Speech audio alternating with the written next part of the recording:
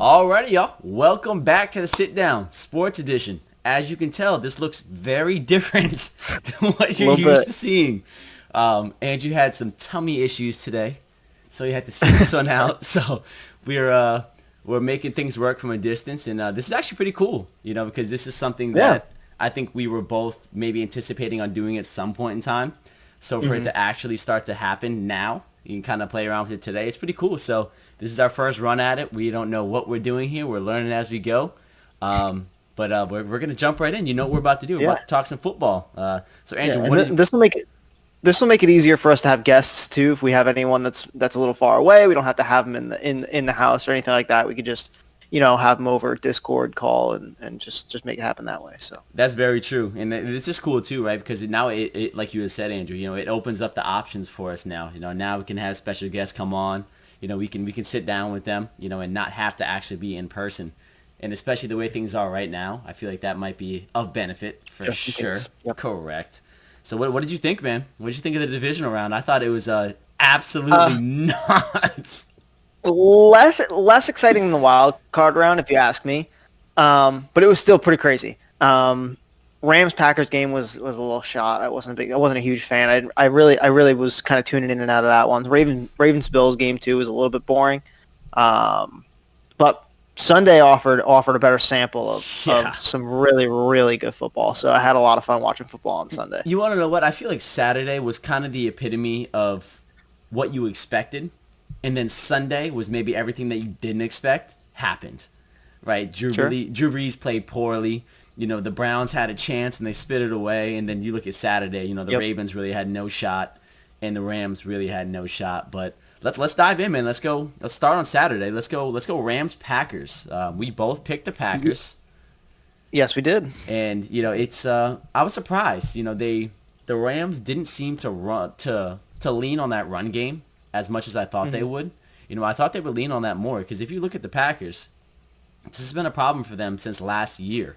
Their inability to stop the run, right? So it was one of those things where you knew they had a deficit, you knew they had a weakness in the area, and they still didn't attack it. So at that point, that's your own fault. It was weird.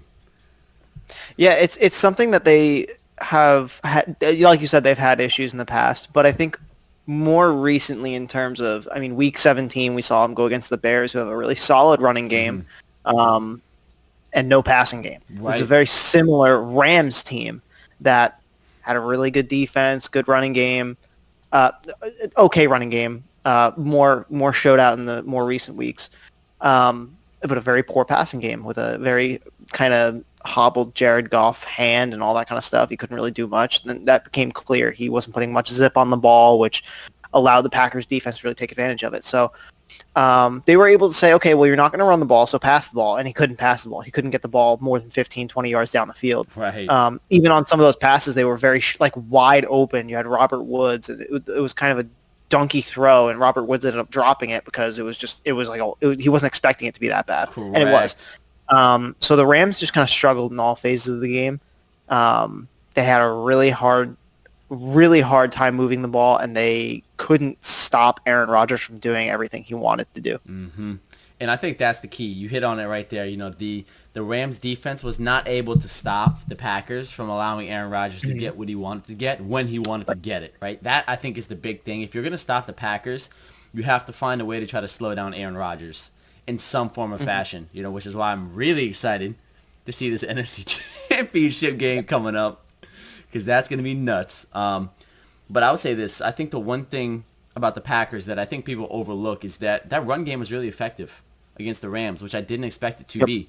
I did not think they were going to be as effective as they were running the football. And, they ran for 188 yards on 36 carries. That's a nice chunk of change right there. You can live with that. I think that says a lot about Matt LaFleur and his game planning, right? So he knows he has Aaron Rodgers at quarterback, so he knows that secondary is going to be on their heels all game long trying to stop Aaron Rodgers from passing the ball. And then as soon as, someone comes in motion that throws the whole defense off, I think I heard a stat the other day that was 70% of snaps on the offensive side of the ball for the Packers involved a motion, which took the defense off their kind of anchor. And they couldn't really stand in on one part. So And it also showed that Devontae Adams had his way with Jalen Ramsey. Mm-hmm. Jalen Ramsey, and it goes to show you'd rather have a number one receiver than a number one corner, because that number one receiver, that number one corner, unless he's prime Darrelle Revis, is not going to stop your number one wide receiver, especially if a guy is like route running like Devontae Adams. Right. That's dangerous. And Jalen Ramsey couldn't keep up.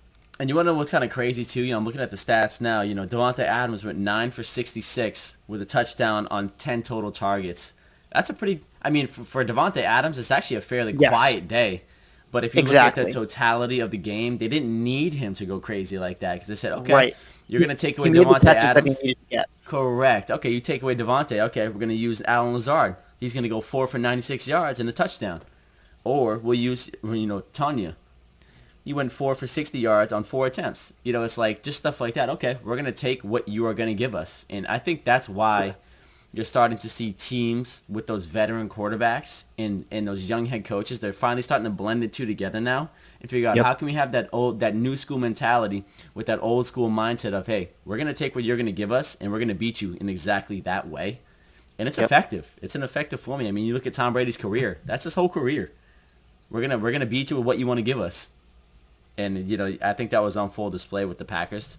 I'm very curious to see what this matchup is going to look like with them and the Buccaneers coming up on, is it Saturday or Sunday?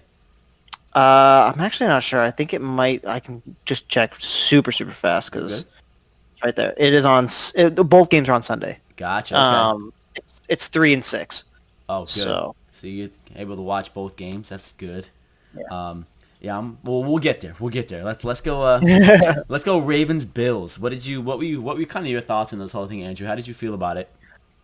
So the Bills had an uncharacteristically bad day on offense. I think they were the first playoff team in NFL history to not have a rushing attempt in the first quarter.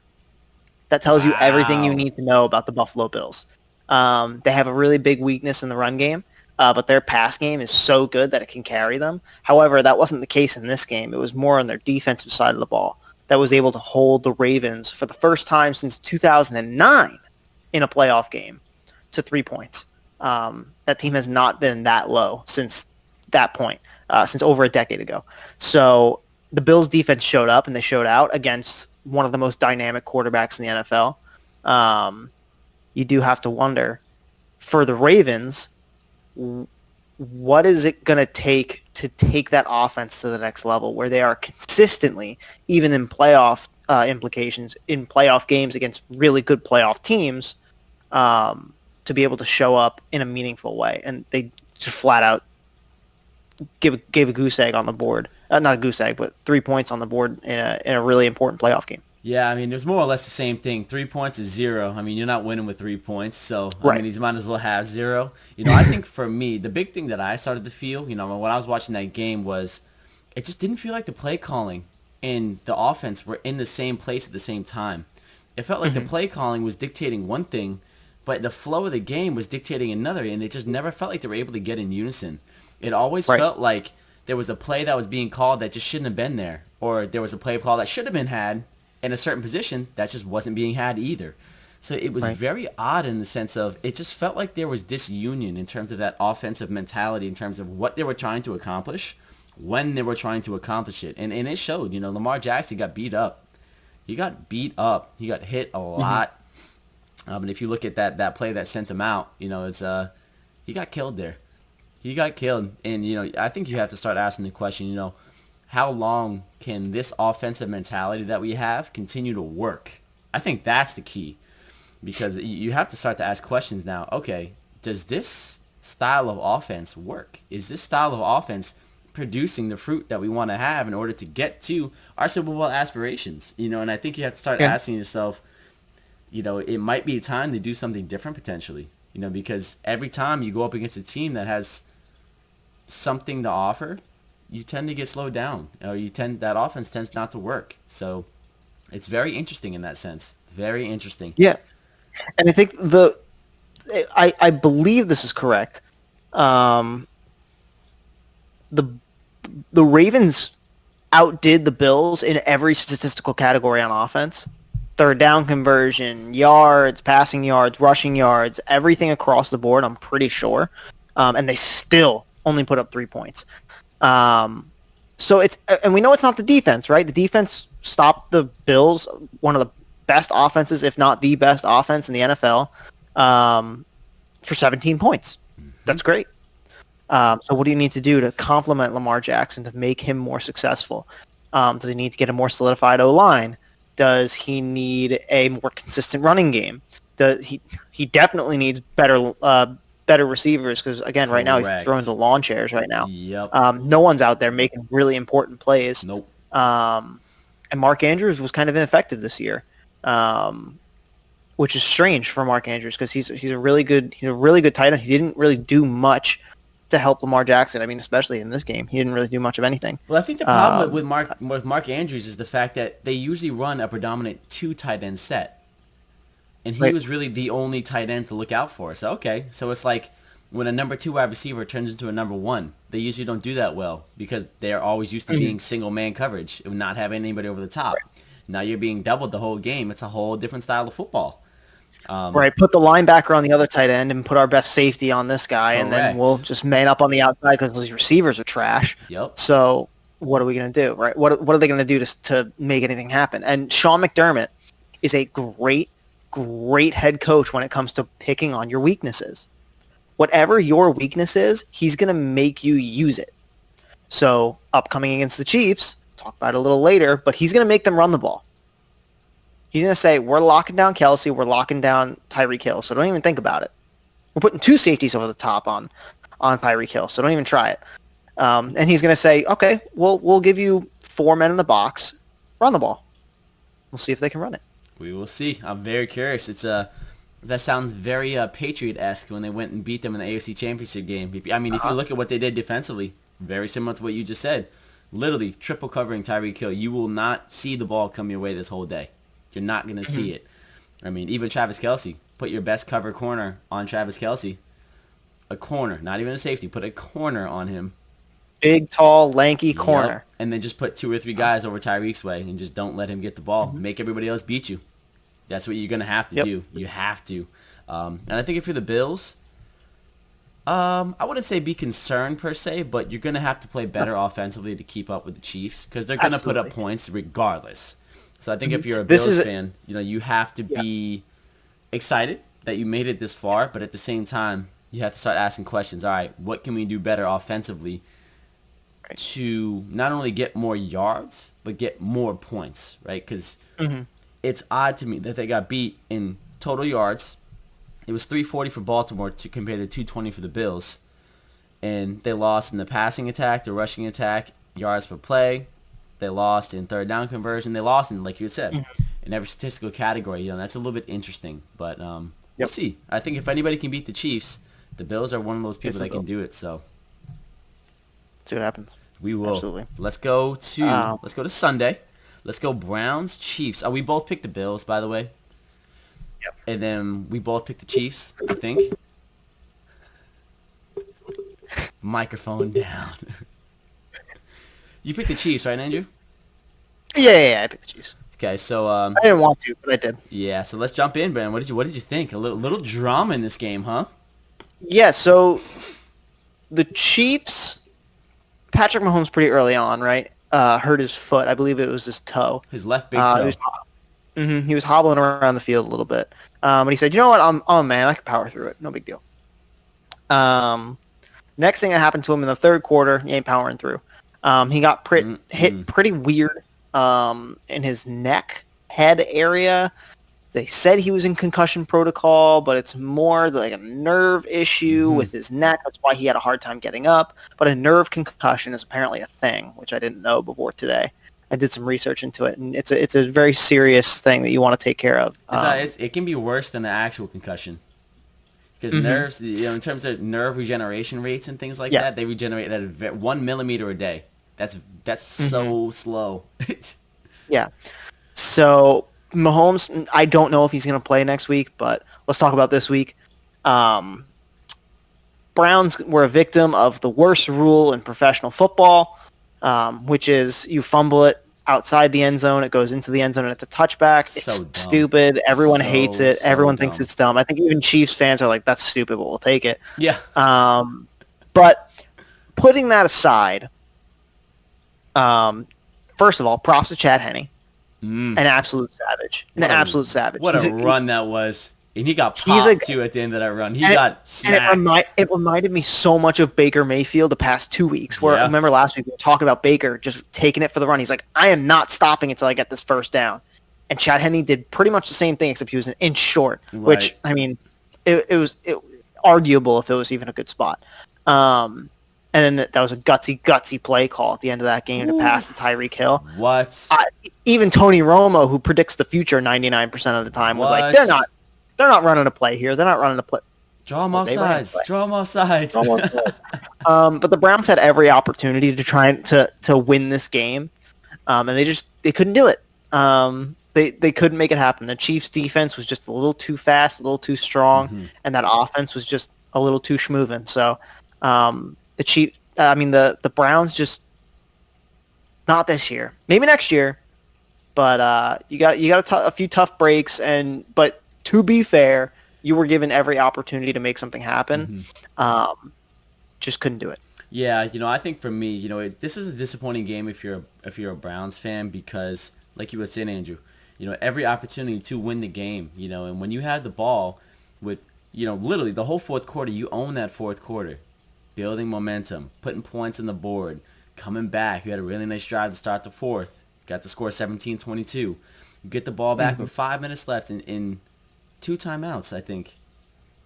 And you can't let it get to a 3rd and 11, a 3rd and 14 situation. Yeah. You can't do that. And that just goes to show you, a young team, young head coach, they're still learning. Sure. They really don't have that veteran presence in that locker room, and especially not with playoff experience. None of them have any playoff experience. I think only 15 players on that roster had playoff experience coming into the Steelers game last week. So, you look at that. So, okay, you have no playoff experience. So all in all, if you're a Browns fan, you should be really excited, because I think this is the season that you guys were gearing up for a long time, and you finally got it. And I think if you're a Chiefs fan, you need to be very concerned. Very concerned. Not because of the score, but because of the residual damage that you took to escape the game. Your star player is in a bad way. His foot's jacked, and he just pretty much blacked out or got knocked out, for lack of better terminology, on the field. Yep. So I don't even know if he's going to play or not. If he doesn't play, they're losing that game. Just putting that out there. Is Chad Henne the next Nick Foles? Absolutely not. Absolutely. I mean, he balled a little bit towards. He did what he had to do to win that game at the end. So yeah, and again, but no, I agree with you. I think the Chiefs are in a bad spot right now, and like you said, not because of the score, because their field goal kicker put him in a weird spot. This game should have been a lot. That field goal kicker needs to get his stuff together, because he was making that game a lot closer than he should have been. Yes, this game would have been, and he's usually money. I can't remember his name for the life of me at this current moment, but he is usually pretty spot on. But if he makes the kicks that he needs to hit that are not too difficult, then we're talking about something completely different, because we're saying, all right, Browns never really had a shot. They were outclassed. They were outmanned. Still a good football team. Kevin Stefanski, he called the game well. His players just couldn't execute when it mattered the most. Harrison Butker, there he is. He's not a bad field goal kicker. He's one of the more consistent ones. But I mean, Justin Tucker even had a bad week this week. So yeah. Browns tough break. Chiefs going into next week against Buffalo. If you don't have Pat Mahomes, it's almost a guaranteed loss, because it's like, all right, well, Chad Henne is gonna do his best to get the ball to his weapons, but he hasn't played in that offense for, all 16 games. I mean, he played a little bit. He played a little bit against the Chargers, I guess, and lost. So, like, how much can you really expect from a guy who's just he's a good backup. Good backup. Not a guy you want starting a playoff game, though. No, definitely not. And I think that you hit the nail right on the head there. It's if you're a Chiefs fan, you hope and you pray you get Patty Mahomes back for the week coming up. Because I think if you don't, that's going to be very problematic. Very, very problematic. But we'll see. So let's move over to the game of the week, in my opinion. It sure was. Let's go to Tampa Bay Buccaneers and the New Orleans Saints. I picked the Bucs. Andrew picked the Saints. So that is like 7 weeks in a row I've won now. We won't even run it. We're just going to stop counting now. We're just skip right past it. We're just going to stop counting. But my goodness. I had two big takeaways. Tampa Bay is scary. This is what I thought they could be the whole year. Good. This is what I thought they could be the whole year. This is what they should have been the whole year. And if they can figure out a way to play like this against any of the three remaining teams, they beat them. And then my second thing is this. I think Drew Brees is done. I think that was the last time you saw him play. Yeah, and before we go anywhere else, I just shout out to Drew Brees. He has been such a positive impact on the NFL for so long. Whether you agree with his political standing or not, or whatever controversies he's had throughout, whatever. He's meant so much to that city of New Orleans. Coming there in 2006, exactly when they needed him, bringing them a championship in 2009. And having one of the best careers in NFL history. Mm-hmm. An absolute monster of a player, could motivate you to run through a brick wall. He's just an absolute legend, and I consider it a privilege to be able to have grown up watching Drew Brees play football. Mm. An absolute blast to watch. If this is his last season, I'm sad because the NFL is better with Drew Brees. But the Saints, I don't know if we could say the same thing because he did not have a great game. He didn't. He didn't. And it was tough. He was making a lot of very uncharacteristic turnovers. It seemed that day. He had one bad interception to Devin White. When he was trying to hit Alvin Kamara on that little seam route, and he just completely threw it behind him. It was just up for grabs. Cook, he threw an interception to Cook on kind of just a desperation play. It just felt as though, even though they had the lead the most of the game, it never really felt like they were commanding. What's the right way to describe it? Commanding respect. It felt like the Buccaneers were coming in there and they were telling them, "Listen, this is our house." And one thing I liked, I saw a chippiness. I saw anger. I saw that kind of dog, from the Buccaneers early on. You saw it right from the start. They were chippy. They were talking, right? And they weren't making any stupid penalties, right? They weren't getting in their own way. And I think, the big key for this game is, you look at Tom Brady, went 18 for 33, 199 yards and 2 touchdowns. This wasn't one of those games where he throws for 400 yards. That's where he wins, though. Right. This is one of those games where he says, listen, my defense is playing lights out. Stay out of their way and don't give the opposing offense good field position. Let's score points when we can. Let's not give anything easy to the opposing offense, and let's let that defense eat. And if they can do that, they will win the Super Bowl. If they can continue this brand of football, even if they don't play as well as they played today, if they can continue that brand of football and play with that mentality, they will win the Super Bowl. Because they didn't play a perfect game by any means, right? Definitely not.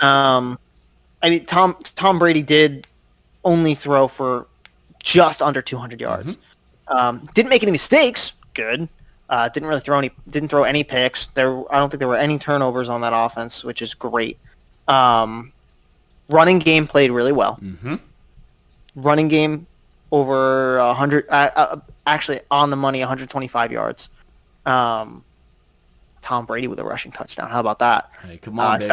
Found that little hole right there. Good for him. Tried to high five the ref, and the ref was like, "Nah, bro, I can't do that." And then that defense, like you said, just knocked Drew Brees off his spot. Towards the tail end of his career, he's what we call a statue in the pocket, where he doesn't want to move. He'll step up and back, but he won't step to the side. And as soon as you put some pressure up that middle, like the Bucs did, took him off his spot, messed him up, and God knows he can't drive it down the field. So they played the game well, and they played well enough to be able to win the game by enough. I think next week against the Packers is going to be a little. You got to respect Aaron Rodgers a little more than you respect Drew Brees yeah. at this point. So it's going to be it's going to be very exciting though. It's going to be a heck of a game. It's not going to be like this game was. I'll tell you that much. It's going to be a lot more of a grinded out, kind of a dogfight in a sense. But I think that if they can do what they did to them last time they played, which is knock Aaron Rodgers around, hit him in his chin strap, hit him in his chest, get him off his spot again, and just swarm defensively. Just swarm. You got a chance. I think you got a chance. I'm hoping it snows in Lambeau. That would be awesome. On Sunday. That would be awesome. Apparently forecast calls for it, so that would be really exciting. Okay. I'd love that. But nice already, grinded out round. Hey, but already, y'all. That was it for... I'm all screwed up right now. For the sit-down sports edition, I'm not used to doing it like this. Doing my man Andrew, and you heard it here first. We kind of went over the divisional round, what we liked, what we didn't like. And we will check in with you guys on Thursday, where we're gonna. Yeah, it's really hard to lie about this one now. Where we're gonna go over the conference championship games, and we'll give our predictions, say what we think is gonna happen, and then we'll move from there. But alrighty, y'all. Until next time, we'll see you.